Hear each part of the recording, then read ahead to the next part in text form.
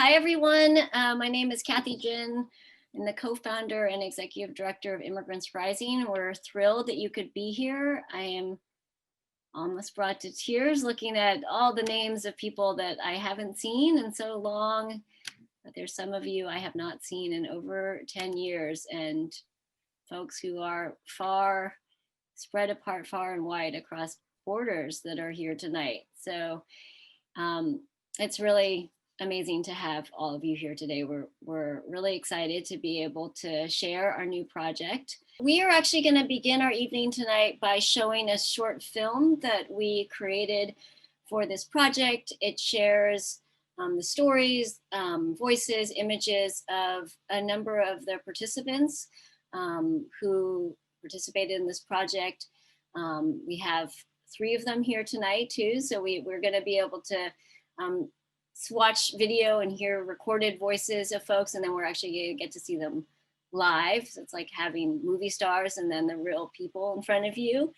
So I'm going to show again this short, about 3 minutes and 30-second film, and then we'll come back right after that. Being undocumented, it permeates every aspect of your life. It permeates your ability to move your career forward. It permeates your ability to educate yourself. It permeates your love life. I felt really stuck. I hope that things will change, the system will change, but it was also how much do I want to wait? After a few years of trying to find work, I started becoming very frustrated. I told my boyfriend that maybe we should consider, going somewhere else. I've never felt American. I've never felt like I belonged in this country. I've never really felt that this is my home. I realized all of those efforts that those people has put in me. Why would I stay in a country that restrict me from working in my field of study, doing what those people supported me for? It's like being in prison, like in a cage. Why not to explore something else? I remember when I got my job, they gave me a list of documents that I was supposed to turn in. And I felt so relieved. I didn't have to get the HR and talk to her on the side and just try to explain my situation. I had everything. And it was awesome. It was awesome. I stayed in that company for 2 years and then moved to the company that I'm now. And I traveled a lot as well. I went to Europe, to Morocco. My boyfriend is not afraid now to, over there he had to figure out how he was going to show paperwork. When he applied for a job here, he can apply to any job. He doesn't have to hide anything. My cycle of undocumentedness has been broken. I have, documents that will be valid past 2 years, and I can actually, plan for a family, buy a home. I feel really carefree outside of the U.S. Being able to go out and see my parents in China. So I was really happy for her to be free from all these barriers. But at the same time, it was sad because she was my only family member still left in the United States. I still miss my family a lot.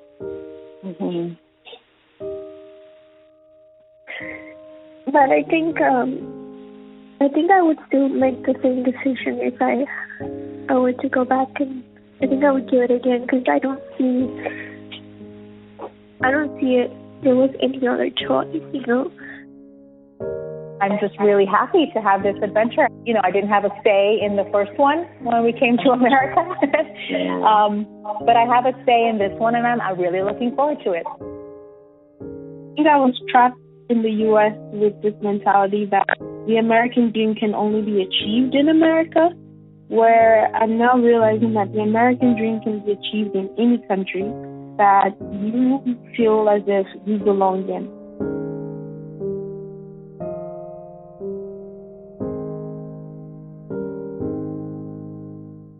Again, this is the Life Outside the US launch party. We're thrilled everyone could join us tonight. We're really honored to be able to have the co-project leaders as well as 3 of our participants in this project. We're going to spend about a half an hour introducing the project, the reasons why we did this project, introducing you to some people who are part of this. We will go then into some of the content.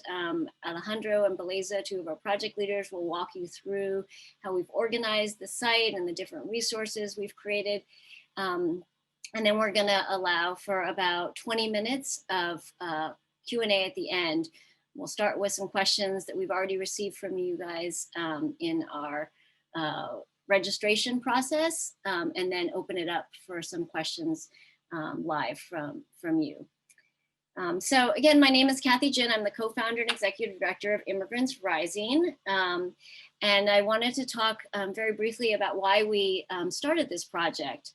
One, it fulfills one of our core organizational strategies, which is to help undocumented young people get the information and resources they need to navigate life, make informed decisions, and pursue educational and career goals. So this is part of our broader strategy of providing information and resources.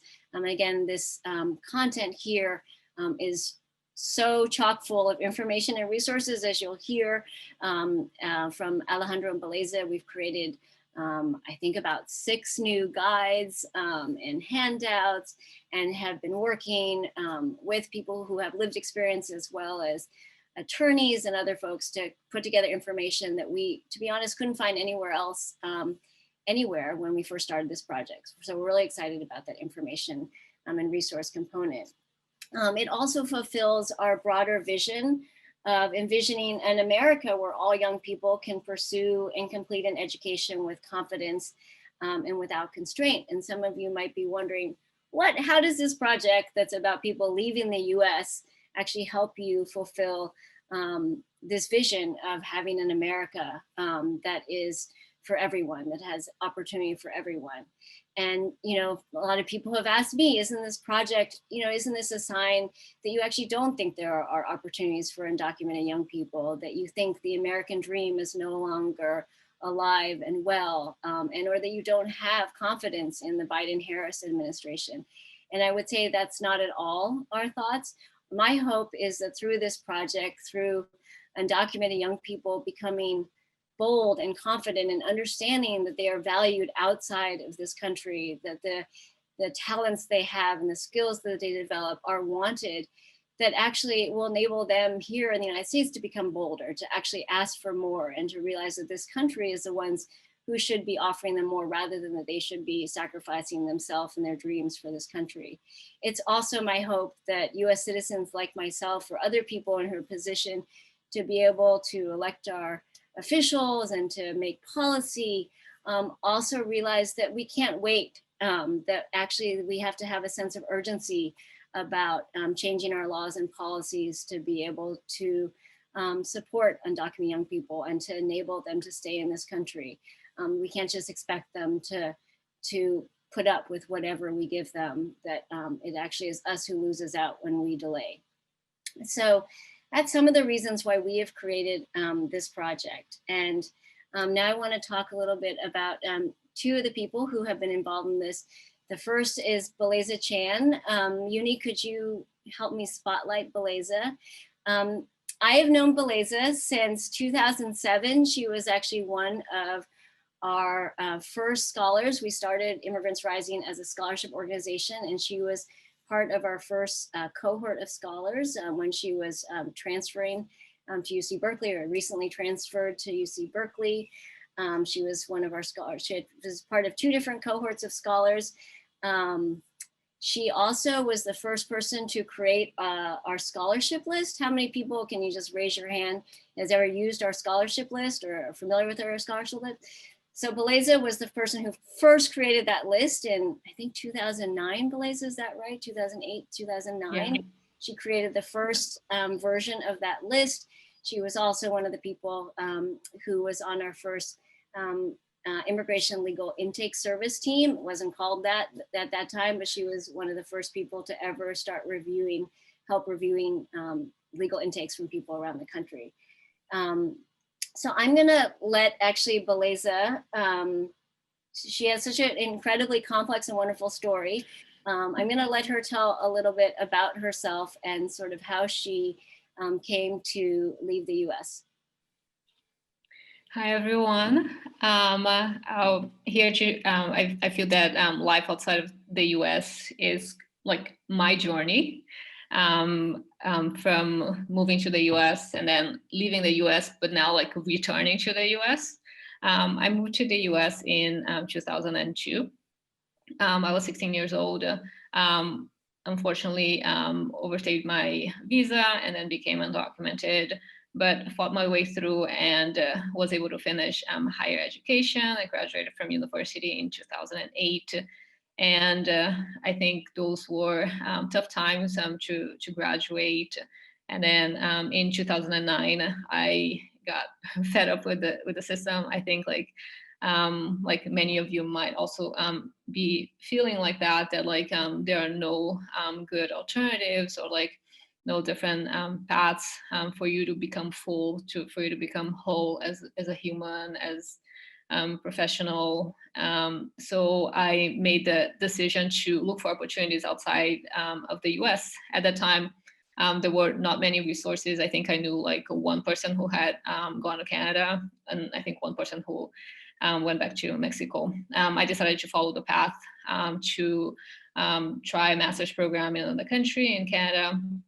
Got accepted, and then I returned to my home country, Brazil, for my to apply for my Canadian visa.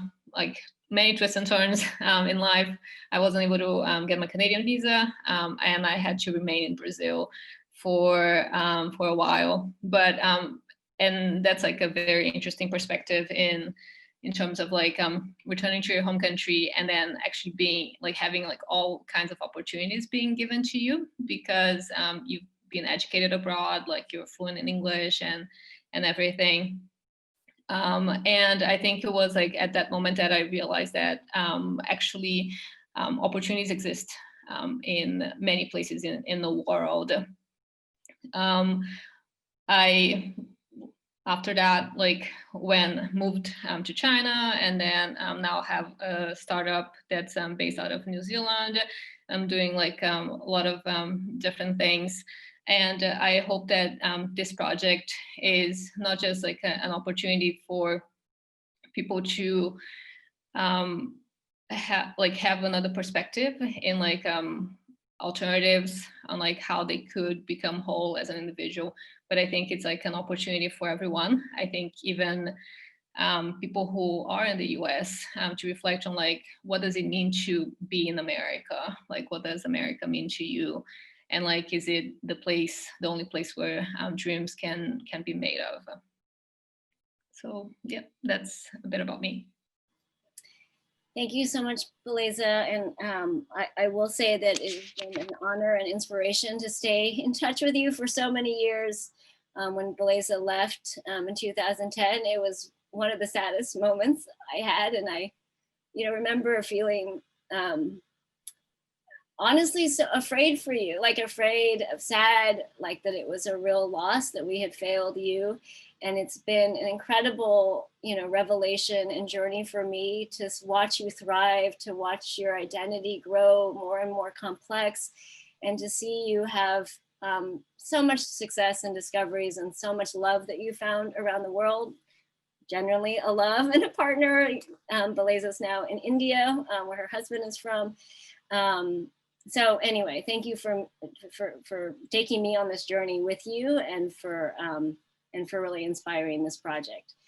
I now want to introduce Alejandro Espinoza. So Alejandro has been a fellow with Immigrants Rising for several years. This is his second fellowship with us. He was previously on our community engagement team, working with high school students and families, and has been a research and storytelling fellow working specifically on this project.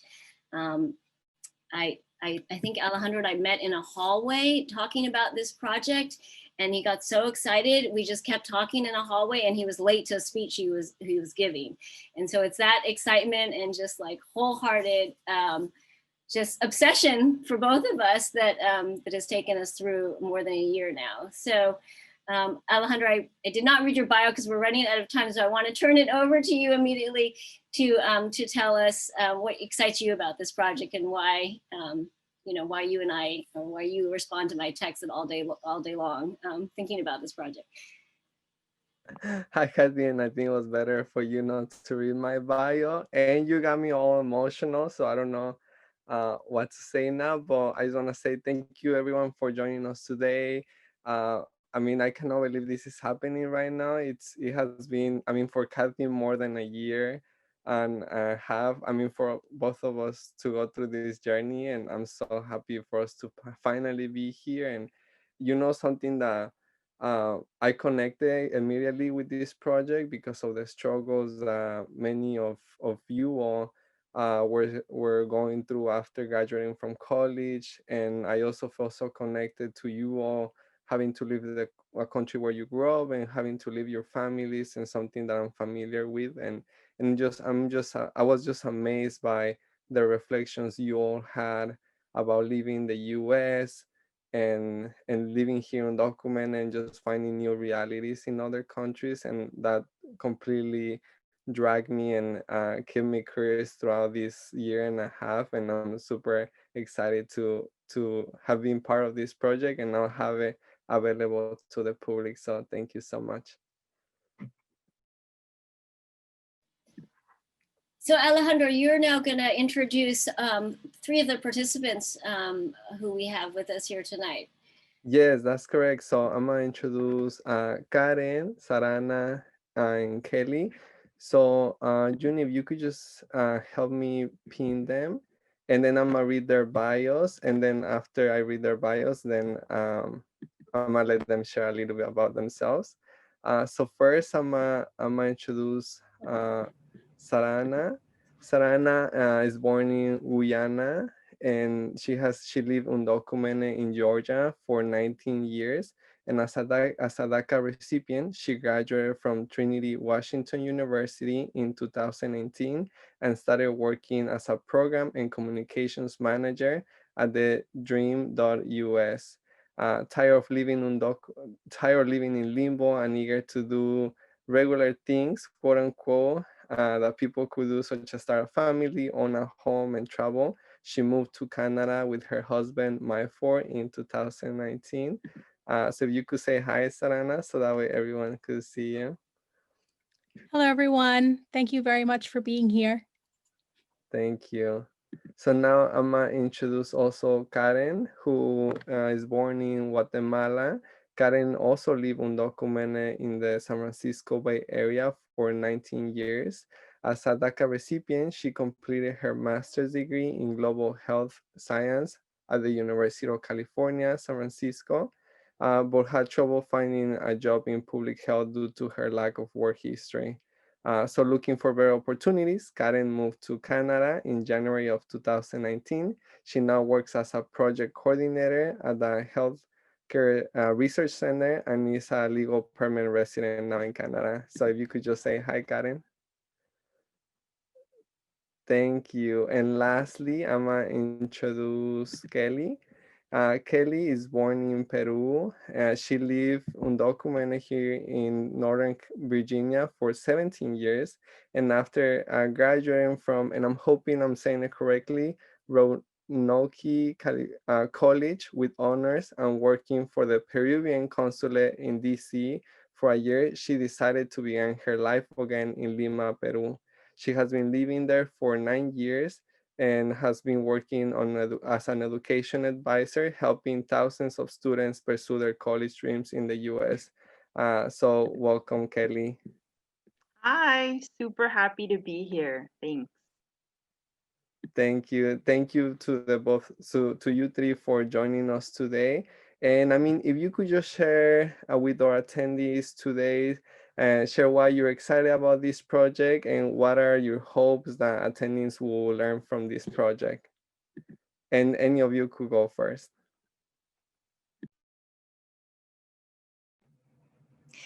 Hi everyone. So first of all, I'm really excited to be part of this project because it helps me, share my experience. And I wish I would have had something like this when I first started looking into moving abroad, because it would have been really helpful. But I've known Kathy for quite a while, so every time she has a project, I know it's gonna be great. And I always, I'm excited to be part of anything of that sort. So yeah, I hope that this project will help anyone thinking about moving. It'll answer a lot of your questions, I hope. And yeah, feel free to reach out if you need additional help or have questions, concerns, because I'm pretty sure all of us in here are happy to share experiences. Thank you so much, Karen. Kelly, Sarana, any of you?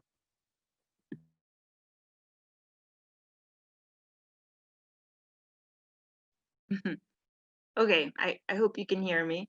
I'm very excited to be part of this project because just like Karen said, when I left, I didn't have a lot of tools available, and I know now a lot of students and immigrants are thinking of taking their dreams elsewhere. So it's really beautiful to be part of a resource that's going to help you guys navigate those possibilities.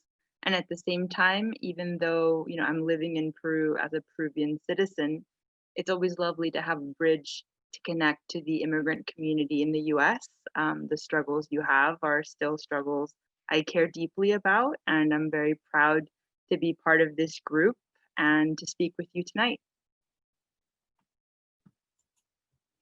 Hi, everyone. Like I said, I'm really happy to be part of this. I had the pleasure of meeting Kathy Jin several years ago in her capacity as advisory board member for the Dream.us. And since then, I've always admired her work, admired the work of Immigrants Rising. I share that scholarship list, Beliza, with all of our scholars very regularly. Thank you very much for spearheading that. And thank you all for the hard work you did putting this together and making it look so wonderful, and putting it very organized for others to learn from. And I'm really excited that I can then take my knowledge and my experiences to you all to show you that there are options outside the United States, to show you that it doesn't have to end with the United States. If you're not able to advance your goals there, advance your career and the things you want to accomplish, there are options for you outside the United States. And now you know that there's a support system for you outside the United States. So I'm really happy to be able to finally share all of this with you all. Thank you.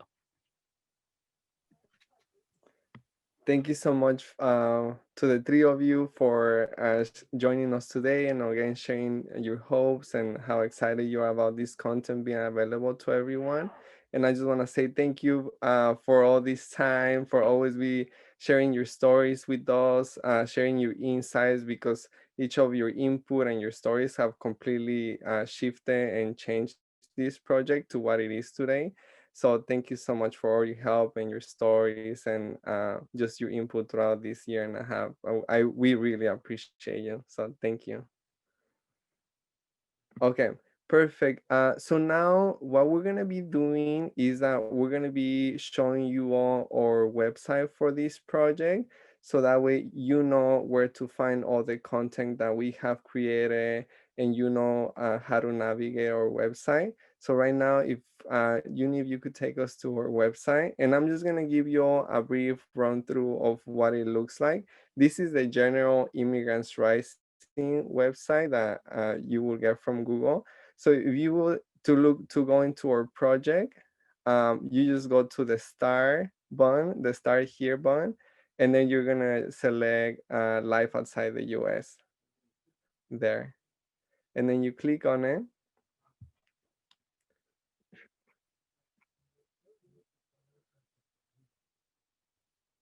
And then it's gonna take us to our beautiful Life Outside the US page. Here's where you're gonna find all of our content. At the beginning, it's gonna show you the main video that we watch during the right now. And below that video, which is right there, and below that video is going to be the description of this project and what the project meant to us. So you could read that more on your own time. Feel free to visit this page after our party. And then below that description, then is going to be all the content that we have developed.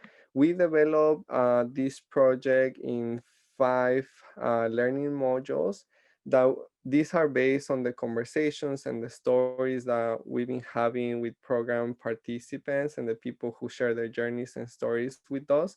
And then we did it in a way that has a sequence based on what came first, how were they thinking about this leaving the US, how was their planning, the research, what are the things that some of them consider. So for example, I'm just gonna read the titles of them. The first one is Imagining Life Outside the US, then is Planning Where to Go, then is Relationship Consideration, which is when thinking about leaving, what does that mean to your loved ones? And then adjusting to life outside the US, and then it will be returning to the US. And even though we organize this in this type of sequence, by no means you have to go one by one in order to understand the content. These are intersecting modules, but at the same time they work individually. And some of you may be interested first on how to return to the US before even considering leaving, right? So you could just check out that module if you want, or some of you may be thinking, maybe I want to know like what to do first, right? So you could check out the Imagining Life. Again, we order them in this type of sequence, but feel free to just check out the modules individually and in any order that you want to, right? So right now I'm just gonna show you all the modules have the same type of order. The content is organized in the same type of order. So first, you have a story that we have highlighted for the whole module. Then you would have the description of that module and what it means to us. And then you're gonna have the story section, right? And in the story section, you're gonna find short videos or you're gonna find short clips. So if we could just click on one, so then they could see what it looks like. Yes. So in then America, my life evolved So around then my you're gonna studies. see this is a short clip of my four who is sharing this is a quote that we have of when we talk with him. And then to the right side, you're gonna see in our Immigrants Rising YouTube channel, we have different short clips with from not only from this module but from all of our modules, and they're organized on topics, so you could just scroll through them and see which ones you're interested in looking. So just again, this will be the short clips and you could find it in your YouTube channel, but of course you could get them from our website. So we could just go back to our website. Perfect. And then after the stories, you will have our section of conversations. And then this section would be conversations that we recorded with 3 of our participants about a specific topic or question, which you see the title is a question. So if you're interested in learning about what they said about that specific question, then you would click on one of them.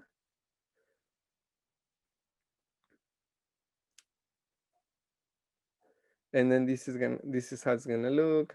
At the beginning, it has very cool pictures of the 3 participants who answered that question. And it will have the question, and then it's gonna go I think it's also something that into our conversation. So you're gonna be able to listen to all of the insights that they have in relation to that question.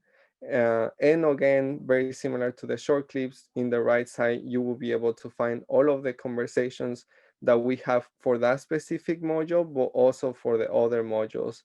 So all of them are organized by topic or by question that they're answering. So you could just skim through all of the conversation videos. So now let's go back to our page.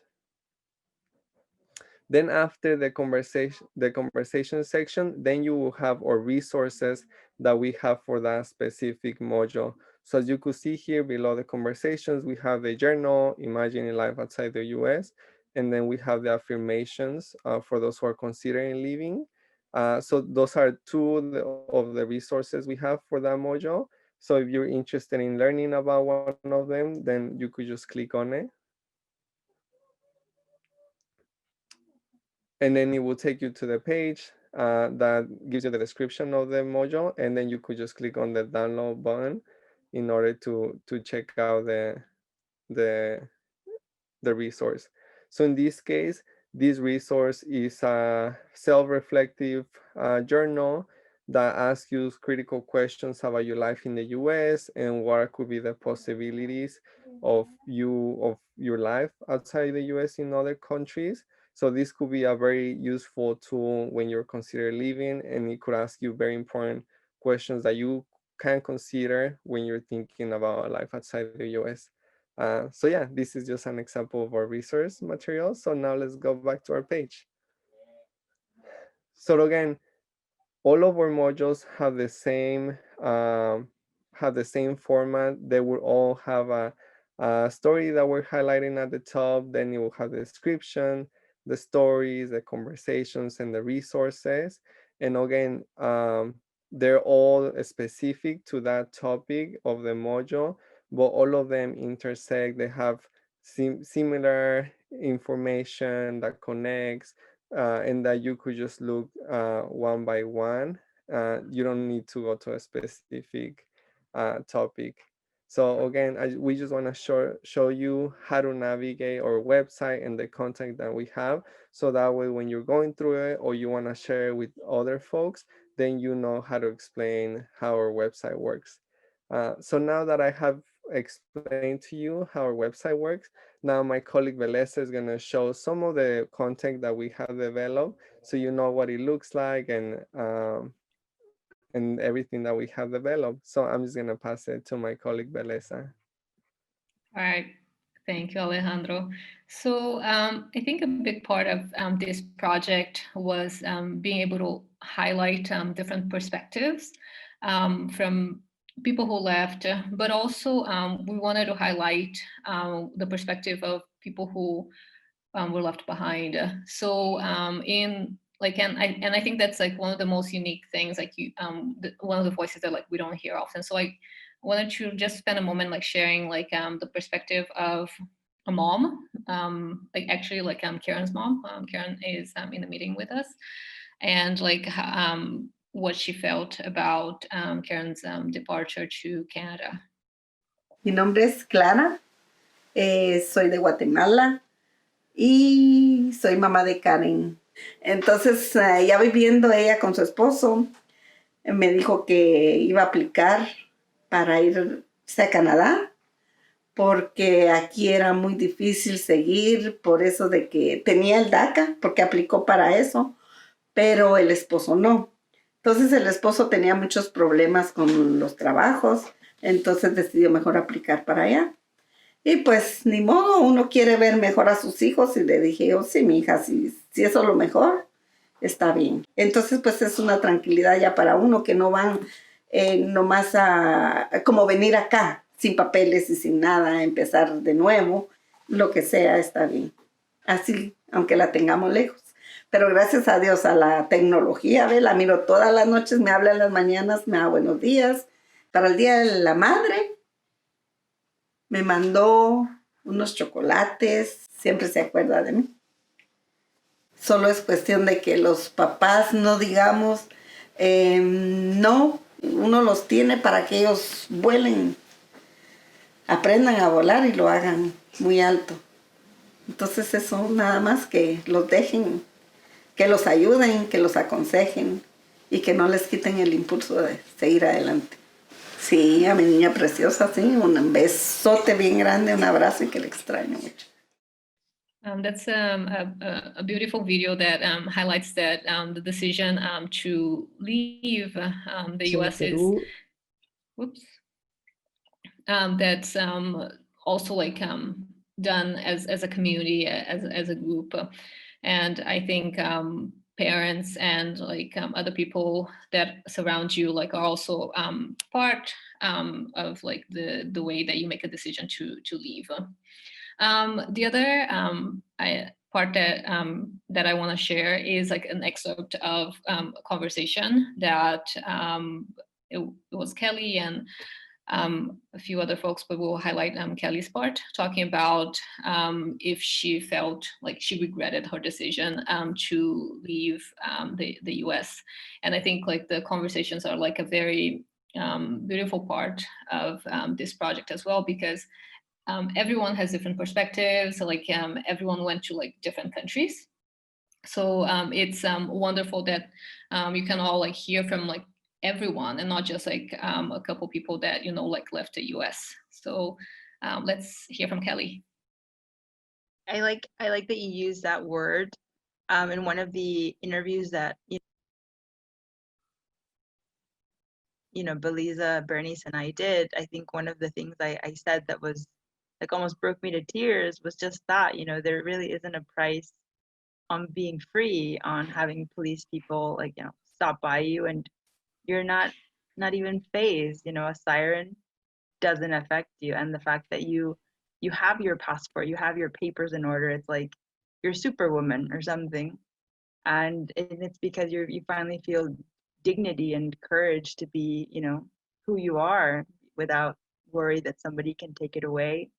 I think that regret is part of the human experience. I mean, some of us regret our ice cream choice, you know, and regretting to move to a country that you don't know how things are going to work out. I mean, it's part of it. But for me, when I left, the DREAM Act had, you know, multiple times failed in Congress. And when I left, some friends told me, you know, Kelly, this DACA thing I think is really gonna work out, and it did. And some of my undocumented friends found protection from it. And so I guess the biggest regret was the conversation with my mom after, which was, you know, had you stayed, Kelly, you'd have this, you know. And I told her, yes, but had I stayed, I also wouldn't have all of this. And then I proceeded to show her all of my Instagram. So I think that it's one of those things where you're never gonna have it 100% perfect, but I think that there's no price. Again, there's no price on freedom and tasting it and like, you know, rolling around in it. So I don't regret a thing.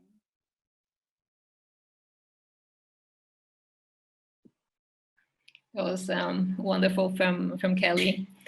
And lastly, part of our project was also creating amazing resource materials with probably answers to questions that you've thought of and that you haven't yet thought of. And I think that like people who left also never thought of. And I want to share one resource guide that I actually worked on, which is the different paths that people can take when they decide to leave the US. So I think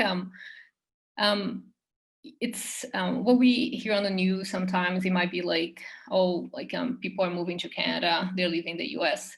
But I've been out of the US for, okay, I think now like 10 years. And I've been like in so many different places. And I have met people who not necessarily like were undocumented in the US, but they wanted to start a life in other places. And there are many different ways that people start a life in another place. So this resource guide in particular shows like the different ways that people can leave the US. So one of the ways is like, okay, you go and become an international student in another country. And I think there's, for a lot of people, because of distance, Canada is like the first alternative that comes to mind. But people can study abroad in like pretty much anywhere in the world. But other alternatives that are not as popular are like finding a job and like getting a work visa outside of the US.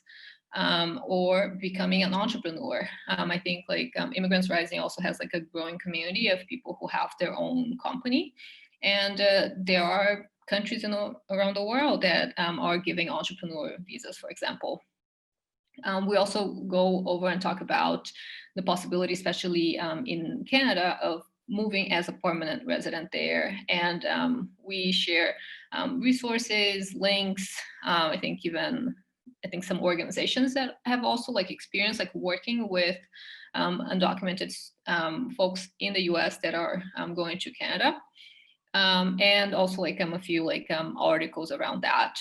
Lastly, we also cover the topic of like returning to your country of birth, because for some people it is a viable possibility. I know for some people, because of the circumstances of their country or like the reasons why they decided to leave their country, it's not a possibility. But a lot of people have decided to follow this path.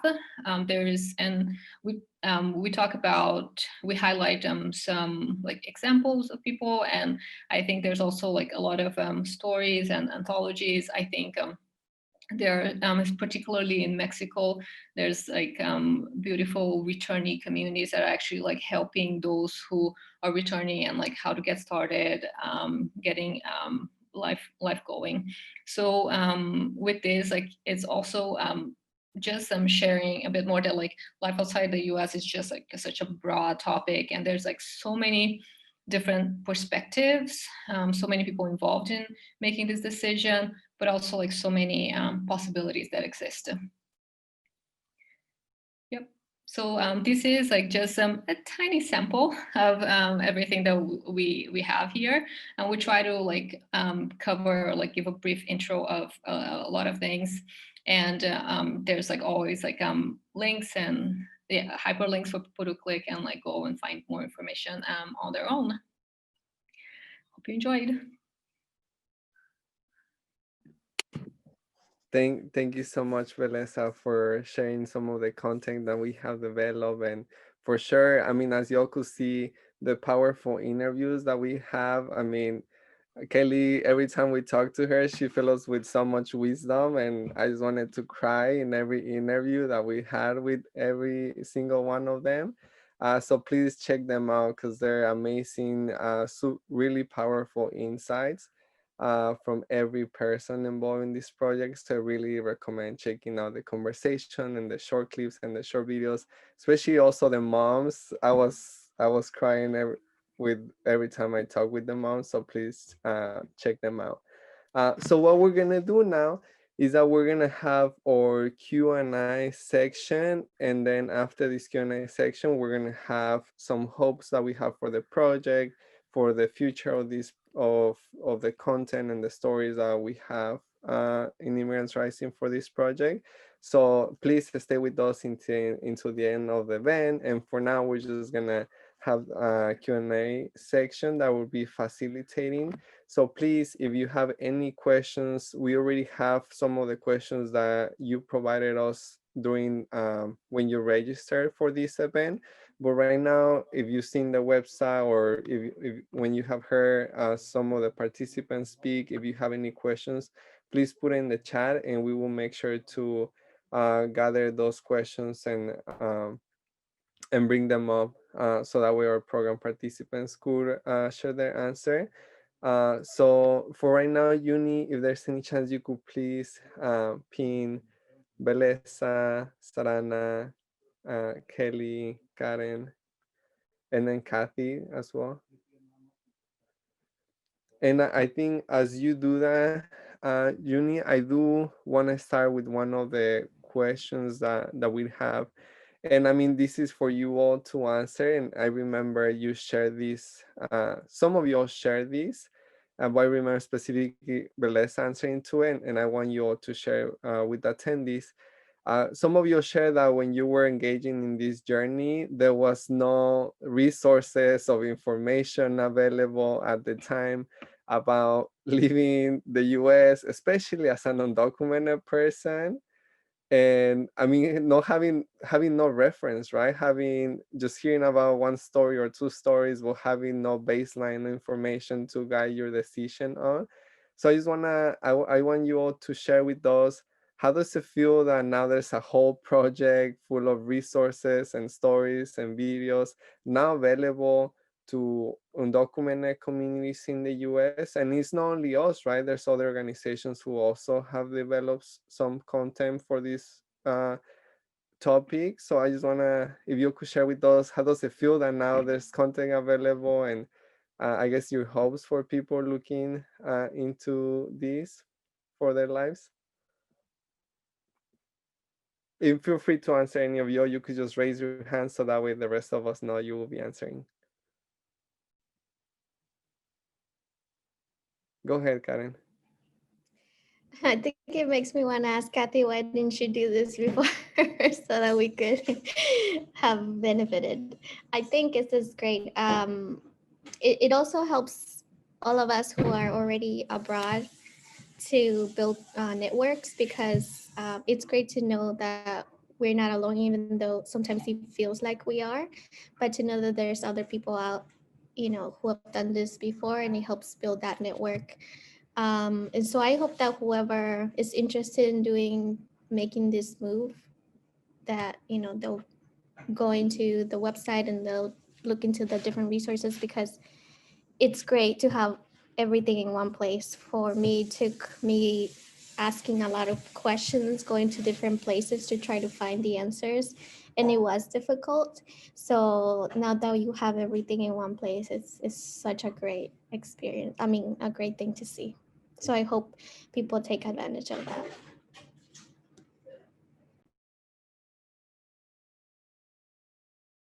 Thank you so much, Karen.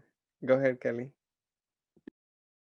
I had to raise my real hand because I couldn't do the other. I think what's really powerful is that it's stories. We grew up with these as we were children, and when the first group of us left, that we didn't have resources, but now that we've left and made our lives elsewhere, it's beautiful to be able to form part of new stories, to inspire people who are now navigating, the uncertainty of what could happen in another country.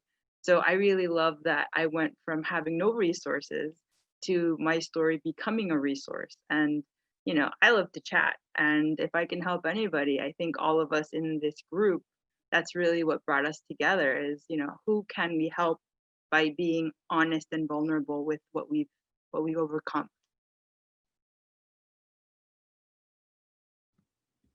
I would say that I love being in this group of pioneers. It may be really hard that we all sort of, had our own individual journeys and had to figure things out by ourselves, but it's really great to now be like Kelly, like you said, be the example for others.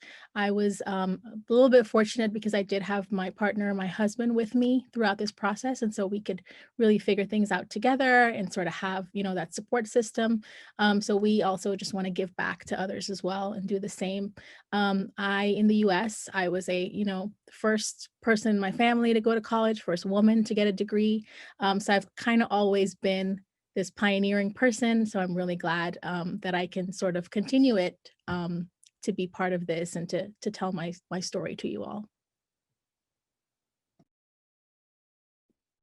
I'll go next.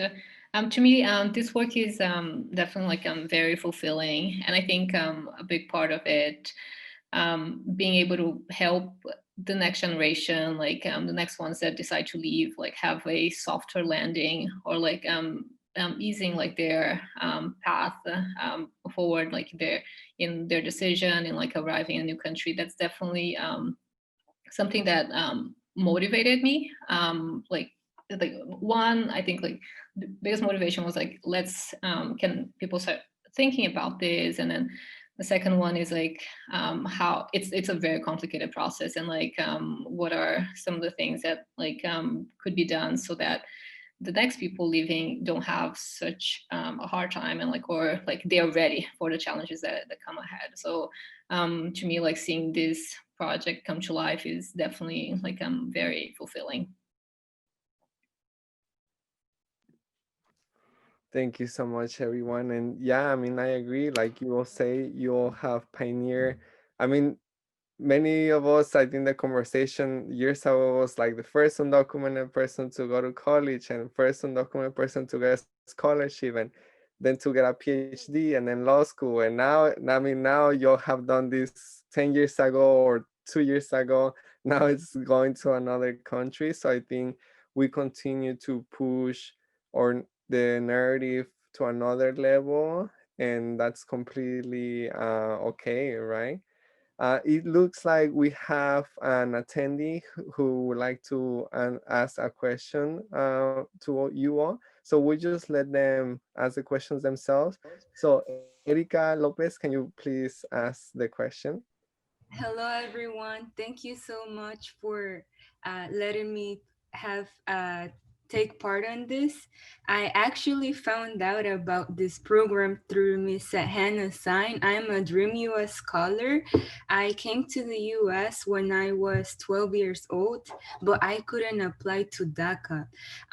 My mom, she's a single mother, and we've struggled so much in the US. When I arrived to the US, I was living in Ohio. I lived there for about 7 years, but I found out that college tuition is out of state, and I couldn't find any scholarship for undocumented students. So I began to do my research to see what I could do to obtain higher education, and my goal was to obtain a full ride. So I moved to Washington, D.C. Here's where I currently live now, and thankfully I received the Dream US scholarship, and I got a full ride to college. My passion is to serve the world and to be a nurse. Thank God, I'm able to do that now. But, something that struck me is that I don't have DACA. I don't have a way to be able to work in a hospital after I graduate. And I want to help my mom because it's just the two of us. And she struggled for 20 years working two jobs just so that I could be here right now. And I just have had enough, like I feel just so overwhelmed right now at this point in life. I'm 20 years old. I want to make an impact, but I feel like there's so many barriers in my life. So right now, this came right on time. This was so timely. You have no idea. One of my questions is, I'm sorry, my introduction took so long. I appreciate your time. Um, One of my questions is, which country accept citizenship applications from undocumented students? I'm studying in a healthcare field career, so I was wondering if that could open up a pathway for me, because of COVID, healthcare workers are needed, and I don't know, what would you recommend me? That's about it. Thank you. Thank you for sharing your story and about you, Erika. We really appreciate it and welcome. Thank you for joining us today. Would any of you would like to answer first? I don't, well, I can just say that through my experience, I applied for permanent residency in Canada through the Express Entry Program for skilled workers. And that was the path that I used. It did require, having a work experience, education. It's very important because it's a point-based system. So all those things do add up, and then they do like a lottery. It's a lottery system that they have, and every month they pull a number, and if your number matches the one that they drew, or it's among, or it's higher, or it's within that range, I guess, then you are invited to apply for permanent residency. So that's a possible path you could take, but I think I would recommend speaking to an attorney, I guess, to see what your options are. That's what I did when I first started doing this, and that's how I came up to this, the Express Entry program. But I think on the chat, some people have also commented a few other options, so you might want to take a look at that as well. So yeah, that's all from me.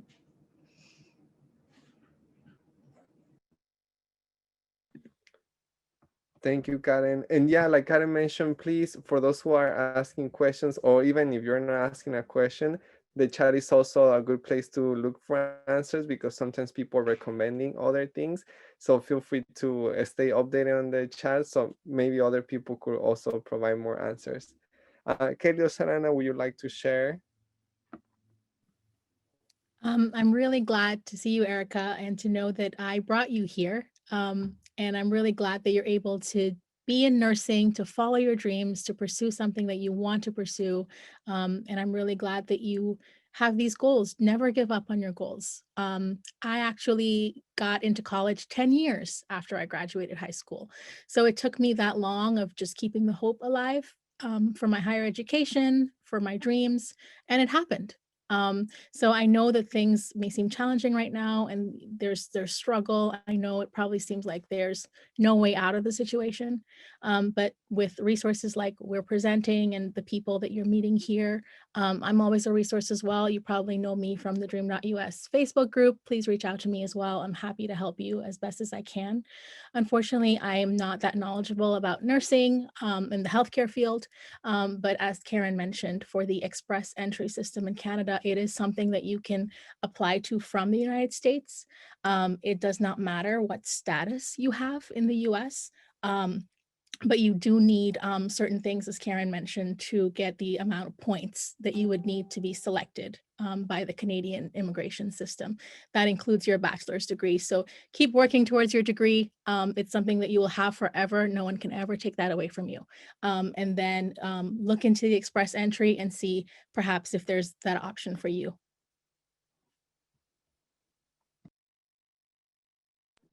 Thank you so much, Arana. And we're just gonna move on with another question just for time's sake. But we come back to any other reflections that you all may have with other questions.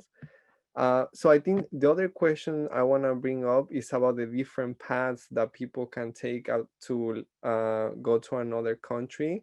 I think right now we have different paths that you all have taken. I know, Karen, you moved to Canada through the Express Entry Program, which gave you permanent residency in Canada. Sarana, you moved to Canada through, I believe, a work visa. And you, Kelly, you moved to your country of birth, which is Peru. So these show different some of the paths that people can take outside the US, and they know they're possible. So maybe you could just share a little more about the path that you took, and I mean some of learning lessons from that path that you decided.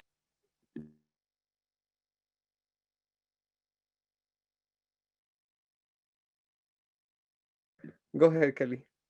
Okay, so I came back to my home country, which for all of you that would be probably like the easiest thing because you have the papers, you have the citizenship. If you don't, you need to go to your embassy and get all of your documentos actualizados, like update your things. For me, it was twofold. It was dealing with family in country who could help me navigate a little bit the system. And number two, alumni, international students from Peru who were studying at Roanoke College, who were able to also help me get like career advice. Throughout Latin America, we have something called binational centers that teach English, American culture to, Latin America. They're always looking for teachers of English. So if you're looking for something immediate, that would be a really good recommendation. Binational centers across Latin America. And just to close with a really important tip for any of you graduating in the US, get your documents apostillado, the apostille, so that you can actually use your documents here in a very simple legal process, 2 weeks in Peru, and we recognize your American degree in the country. So those are some tips.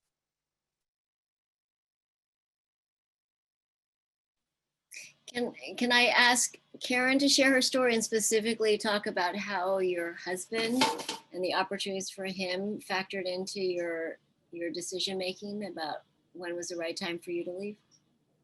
That was one of the questions that came up. Yeah, so he didn't have DACA when we were in the States. He didn't qualify for that. So when we were talking about potentially leaving the country, it was also because, he would have a lot more opportunities through the express entry program. You can actually bring your spouse or your dependents with you. They would also automatically get permanent residency if you, once you get it. So that was very helpful. So when we both moved here, he was able to start working right away. He actually got a job before I did. And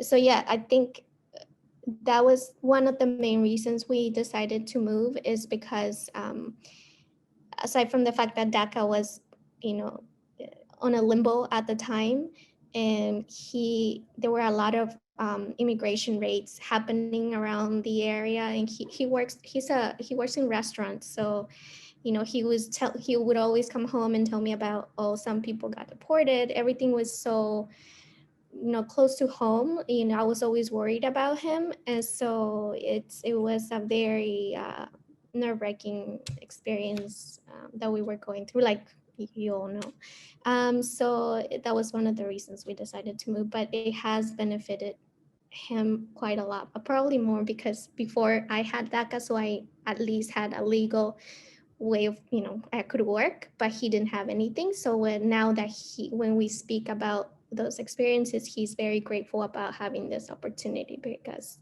it's really changed both of our lives.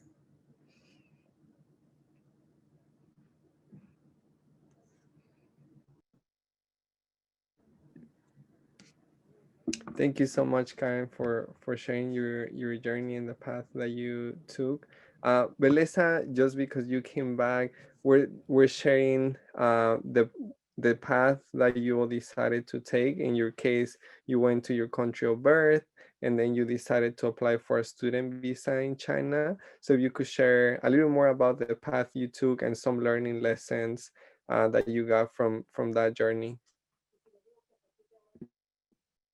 Sure.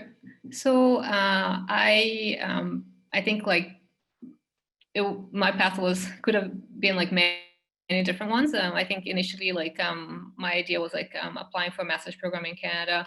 Process to applying was fairly similar to applying to like a master's program in the US.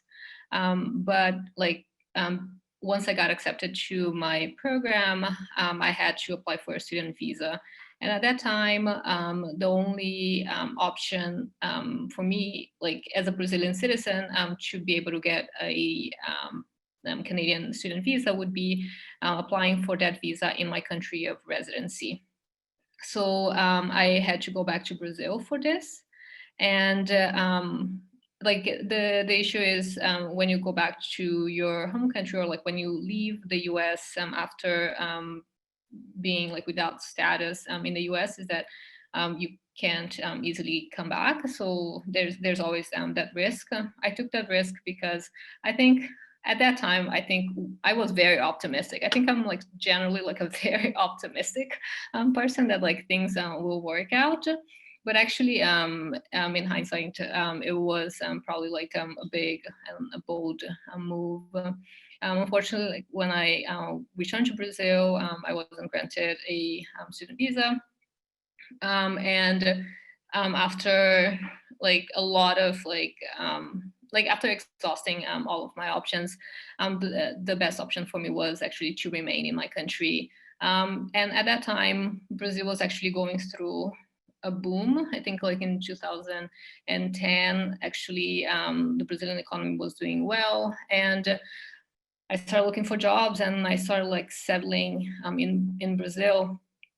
I think but I think like once you have that experience, like the way that you think it's like so global and so international. I think like after a few years in Brazil, I decided to go for like another international experience, and I decided to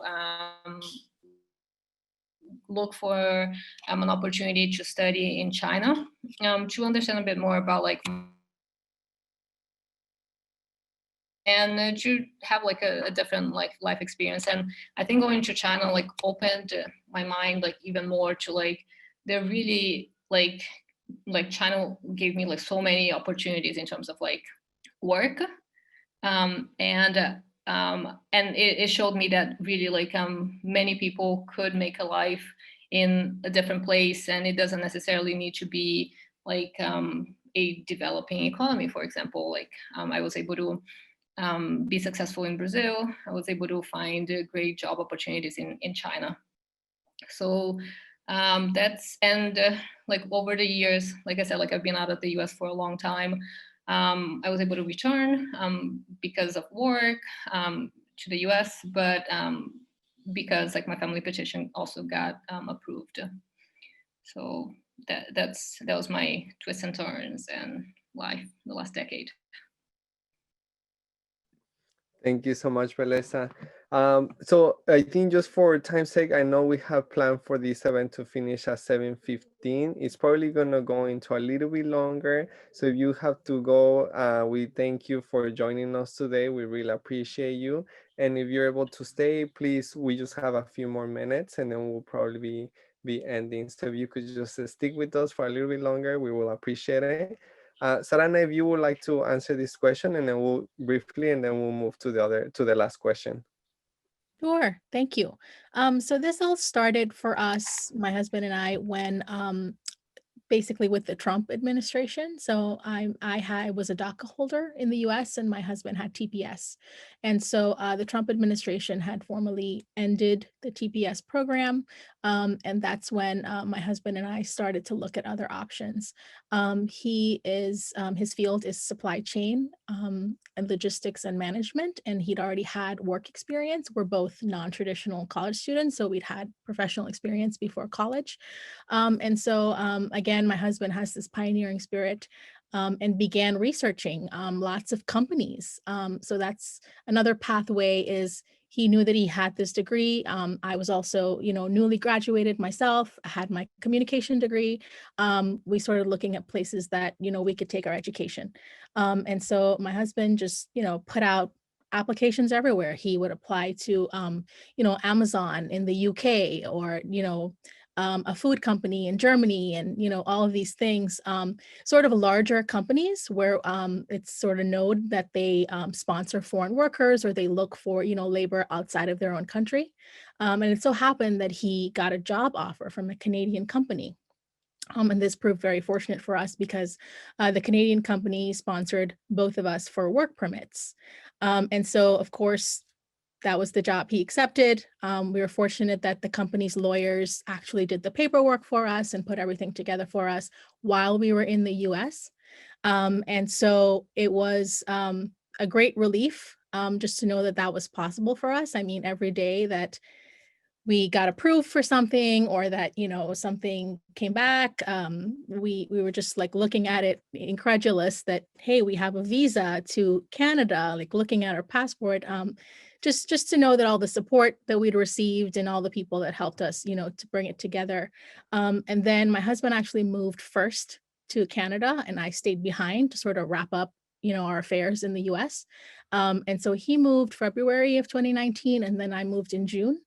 And so as my husband, worked at the Canadian company, gained experience, he'd been there for a year, he was then eligible to apply for the Express Entry program while in Canada.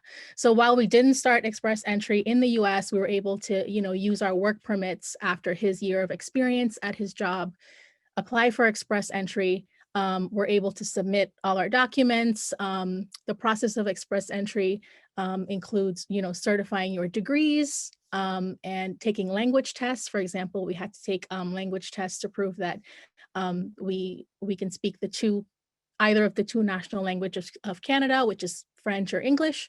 And so between the two of us, we passed our language tests. And so we're able to get the required points to do that. And then recently, we were actually selected from the Express Entry pool of applicants for our permanent residence.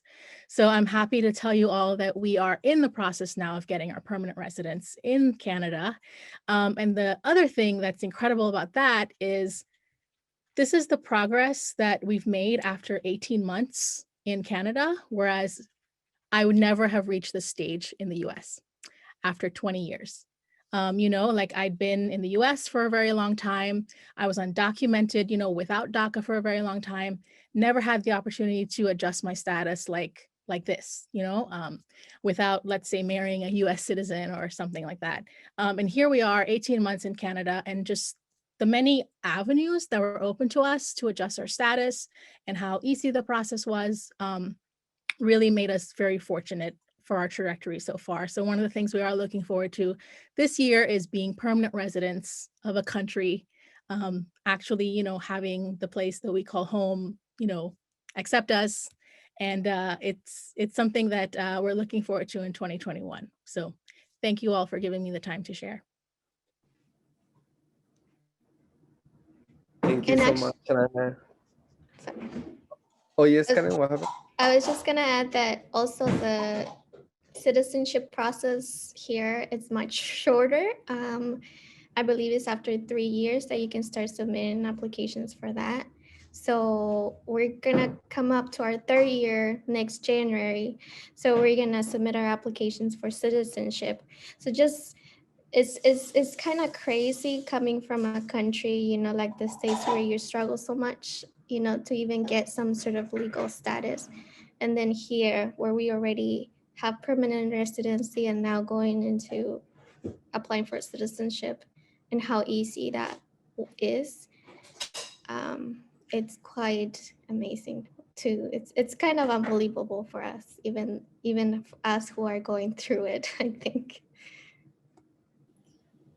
Can I ask one thing? All of you have been able to travel to other countries since being like residents or legal visa holders in other countries. Can you just talk briefly about your ability to travel to your home countries, your original home countries and elsewhere? I actually haven't been able to travel yet since we newly arrived in Canada. Not so long after that, the COVID pandemic started. So I still have my foreign travel dreams on hold for now. I can go next. Peru in itself, we have Machu Picchu and like the Amazonian jungle. So I've traveled all over Peru. And then I've also gone to Brazil and Chile. And I think I don't know if anybody else studied international relations here, but it's one of those things where like from theory to practice, and I couldn't do it in the US because I didn't have my papers, but leaving gave me that opportunity to really be like a global citizen. So yeah, it's remarkable how many doors open just for the passport you hold. I didn't know this, but for Peruvians out there, I can go to Morocco tomorrow or Turkey, and they don't even ask for visas.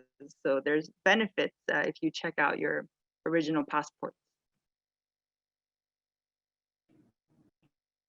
I've been the only place that we've been able to travel since we came has been Mexico. We went back for not this Christmas, but the Christmas before that. That was the first time I met my husband's family, and he hadn't seen them for like 15 years. So that was great. But then the pandemic happened and we couldn't travel anymore. And but actually with when we become Canadian citizens, we'll be able to move more freely to other places without having to apply for visa. So that's one of the main reasons why we're also applying next year, is because we want to go to many other places where right now as a Guatemalan citizen, I would have to apply for a visa. So as a Canadian, I wouldn't have to. So it's something that we're looking forward to for sure.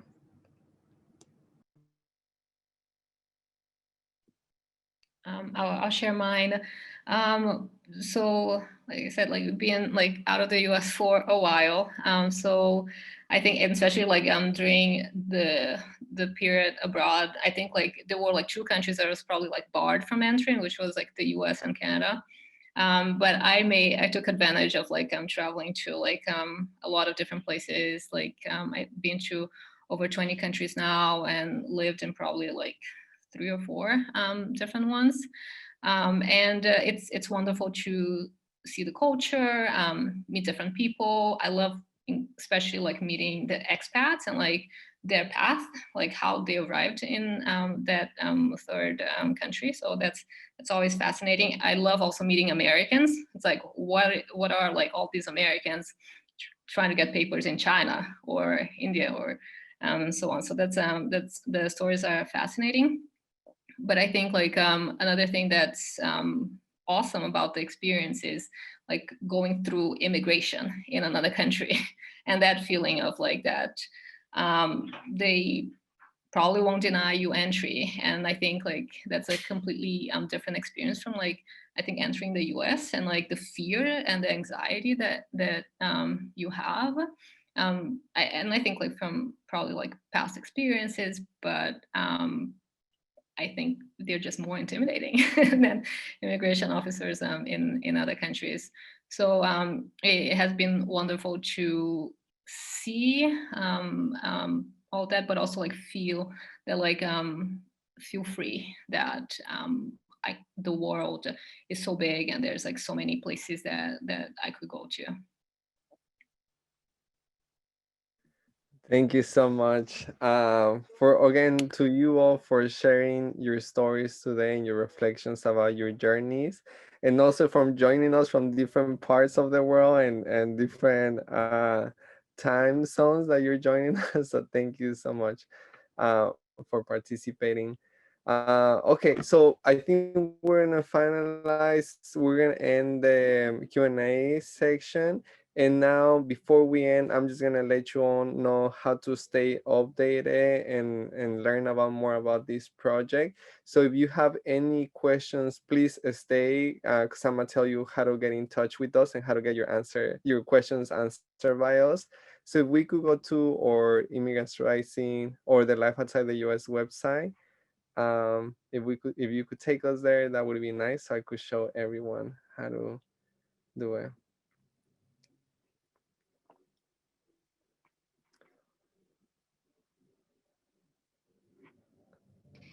Alejandro, for the people who didn't get their questions answered from the chat, where can they send emails to, or how can they get their questions Yeah. answered, I guess? Yes, I'll show everyone how to submit their question to us.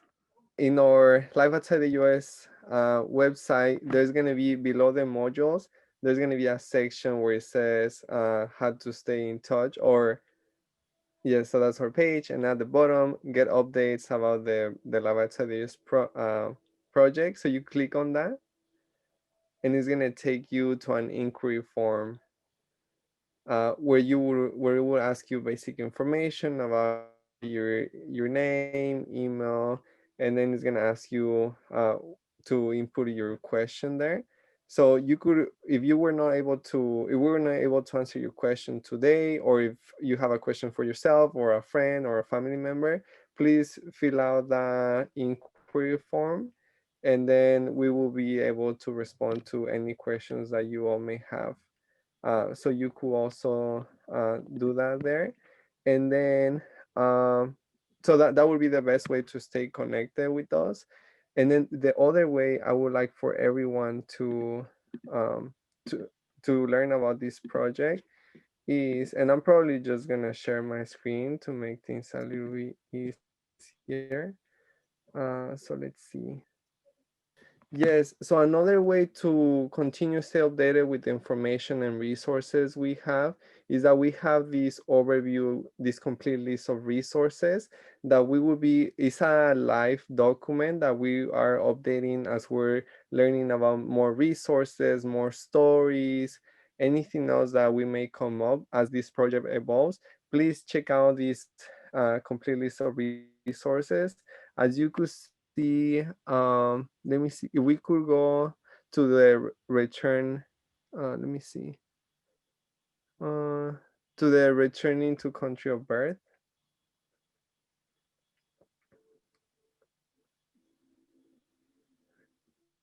Yeah, there you go. And you could just go a little bit down, scroll down. As you could see in that section, that's for people who are interested in going to your country of birth. We found a lot of organizations for those who are born in Mexico and are interested in going back to Mexico. Mexico actually has a lot of organizations that were created by undocumented folks who have left voluntarily or who were actually deported. They have created some organizations to welcome other undocumented individuals from the US that are now in Mexico, and they have the Hola Code, they have Dream Mexico, Los Otros Dreamers. They have a bunch of organizations that they have in order to support undocumented individuals moving back to Mexico. So you could also check that out. And a number of you Juni, and lastly, we could go to the last section. Oh, Alejandro, I was just going to Go say ahead. a number of people who registered did say that they are part of returnee communities and would like to be able to participate in this project. So we're really excited to connect with you. We will reach out to you. And if there's any resources that you feel like we should add or any detail you would like us to provide about any of the resources we have there already, please do let us know. This is definitely just the beginning. We want to keep improving and expanding everything we have. So we really welcome feedback and additions. Yeah, exactly. And again, fill out that inquiry form if you're interested in connecting with us. I think lastly, as you want to share, there's also people who have developed blogs and podcasts. In this case, we have one here of Sarana and Myfor. They have a podcast and they talk about their experience. We also have a blog, and she has a YouTube channel, Madai, that you could check, and then you could listen to their stories and their journeys of moving to outside the US. And if you go scroll down, you will also have conversations that were facilitated by this organization in New York with people who have left the US. They have a similar project to the one we're showcasing today. And they have conversations with Kelly, with Beliza, and with Berenice and other folks who have left the US. So we also have links to their live conversations that they had. And again, you could see we have media articles, etc. So again, we will invite you. This is in the learning modules that we have, and this will be expanding throughout time as we learn about new resources and new stories. So again, this is a way to learn about this project, and the inquiry form that we have shown you before is a way for you to connect with us. So yeah, I think those are the ways to stay connected with us. The last thing I want to share is our hopes with this project. I mean, like you all saw, these are people who have pioneered this new experience of being undocumented and leaving the US and looking for a life in another country. So this content is new, it's being developed, and it's constantly changing. So our hopes for this project is, to bring you all live conversations. You heard a little bit from participants today, but we really hope that you could hear more from them. They could answer your questions about specific details that you may be interested about their journeys.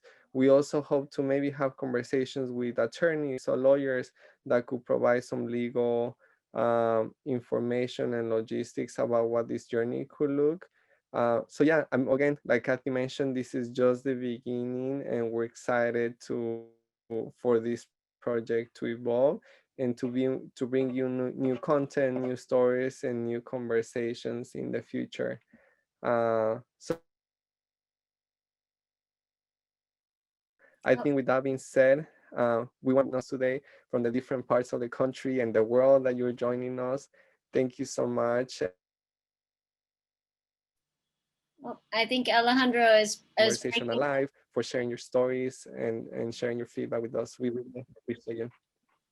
Go ahead, Kathy. Yes, we were breaking up a little bit, so I just interjected, but we are really so thankful you could all join us. And so this is, again, just the beginning. Please stay in touch with us, and we will, with all of your help and enthusiasm, keep building Who are this. those Thank you people? so much. Good night, everyone. Why do you have that weird background? Take care. Goodbye.